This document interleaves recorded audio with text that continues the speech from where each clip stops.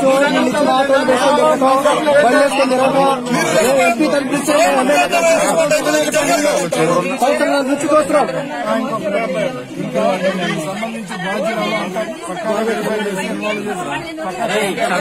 కలిపిన వాళ్ళు మరి శిక్ష పడాల్సిందే. అది చేయమనండి, మాకు ఆర్థిక సహాయం కూడా వద్దు.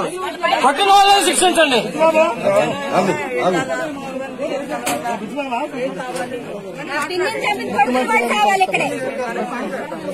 ముఖ్యమంత్రి గారి దృష్టికి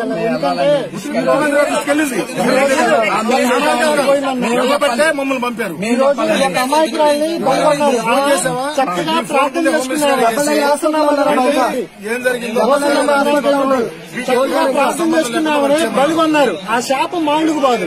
ప్రార్థన చేసుకున్నామని అన్యాయంగా చంపారు కదా, ఆ శాపం మామూలుకు పోదు. అది ఎవరైతే ఉన్నారో వాళ్ళకి మామూలు కదలదు ఆ శాపం. అది అమ్మ వాళ్ళు అంతకుముందు గొడవైనప్పుడు కూడా రక్త చరిత్ర చూపిస్తాము, పాత రోజు వాళ్ళు చేస్తాము అన్నారు. ముందు ఇక్కడ లోకల్ ఎస్ఐ గారు ముందు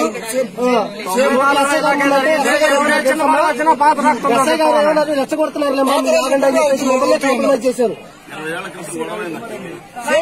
ఎవరు లేకపోతే అంత ధైర్యం ఎందుకంటారా?